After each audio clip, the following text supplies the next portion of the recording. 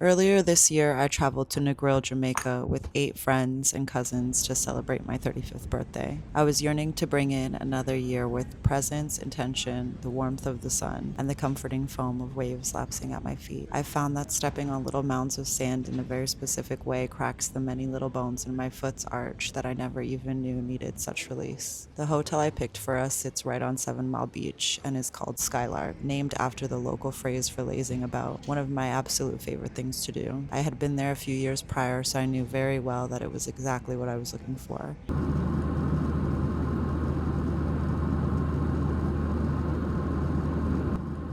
What I love most about adulting so far is arriving somewhere on purpose, not stumbling in, not defaulting there, but choosing it intentionally.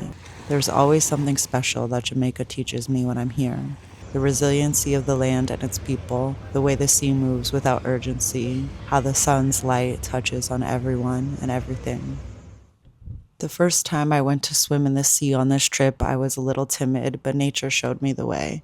I noticed a few shining, silvery, long, stout-looking fish circling near me. As I carefully took one step and then another, they led me to the tail of a stingray, hidden under the first layer of sand on the shallow floor. They waited there until I realized exactly what I was even looking at before swimming off. A warning, but a warm and gentle one.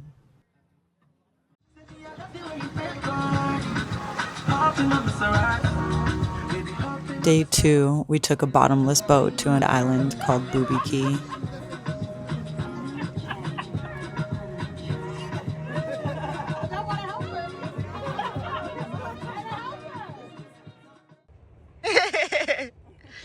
She's a fairy. The butterflies showed us through the patch of jungle to the other side of the beach, dancing and fluttering like they had somewhere to be and didn't mind us tagging along. Yeah, then there's rocks, but then there's stuff. How you doing, my lady?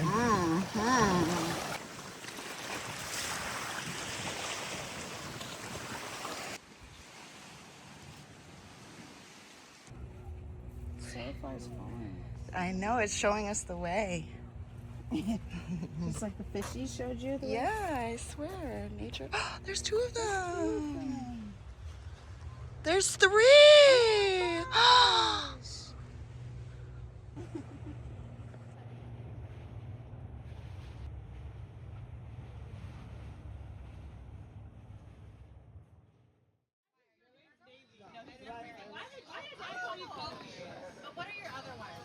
I'm Capricorn. I think an Aquarius or Aquarius and Aquarius. She's a Capricorn moon. That's what I thought before. Someone did it for me and they were like, you're both double Aquarius. And then when you did it, I was Capricorn.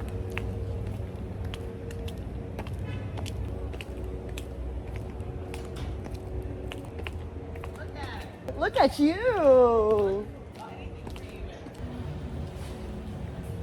All right, so ladies and gentlemen, don't worry yourself.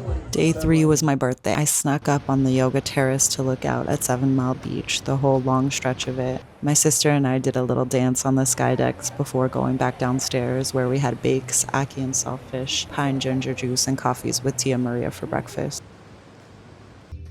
We'd planned an afternoon catamaran activity, snorkeling, swimming, lunch on the boat, and sunset on the water. Though it rained, we went anyway because it was safe to do so and because I've learned slowly and stubbornly that the best memories often live in the unexpected. Oh, hi. You want to swim in and check it out? I'll give you a chance to do it. Just lifeguard. Let's go. At some point during this trip, I came across a video.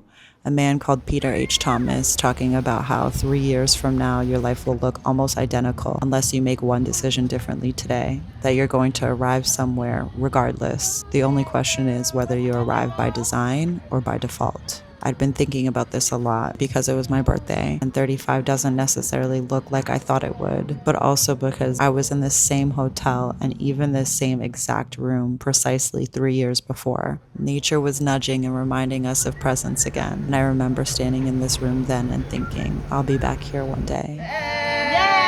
Happy birthday! Happy birthday, Olivia. Thanks, guys. Beautiful though. Thank you. Rockhouse is Skylark's sister property on the opposite side of Negril, cliffside rather than beachside. A completely different relationship with the water. Not the calm, steady pull of 7 Mile Beach, but something rockier, more alive. Waves hitting the cliff, boats moving in the distance that sounded like trains going on a railroad track, an infinity pool that feels like it's suspended over the sea.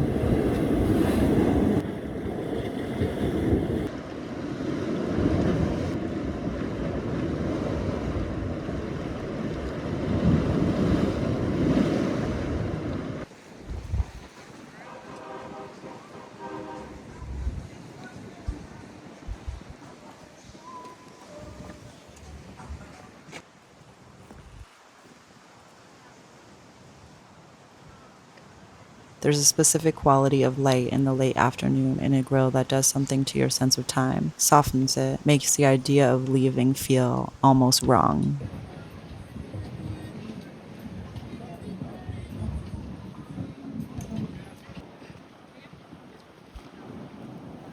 It's gonna balance out, you know what I mean? So if I extend, that's just like money I'm spending now. The rest of the money I've already spent in October, whatever. I'm hearing you, and I like your girl bath a lot. Also, you know what else? I have a separate little bank account that I automatically send money to every paycheck.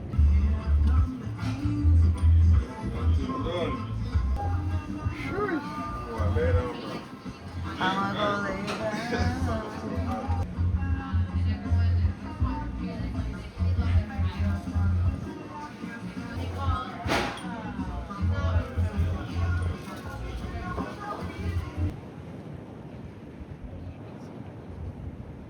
We watched the sunset from the cliff, then drove back to Skylark as the sky turned.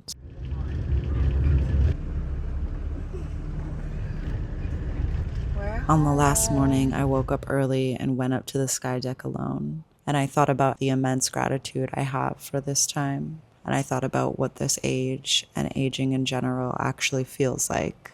Not what I imagined it would at 22. Some distant, clean and tidied, serious and all grown up, fully arrived at thing. What it does look like is knowing myself a little better than I did, choosing more carefully and being less afraid of that choice, coming back to myself again and again. And the reminder that it's designed to be that way, not a default setting that I reluctantly return to.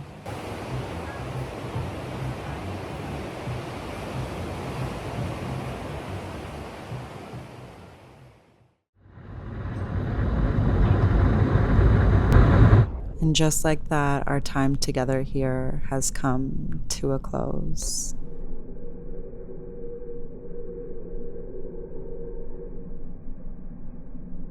On our way back to the airport, I was struck by an ad for bread on the side of the road that read, Talawa. It's a Jamaican phrase meaning we are strong, we are powerful, we may be small, but we are mighty.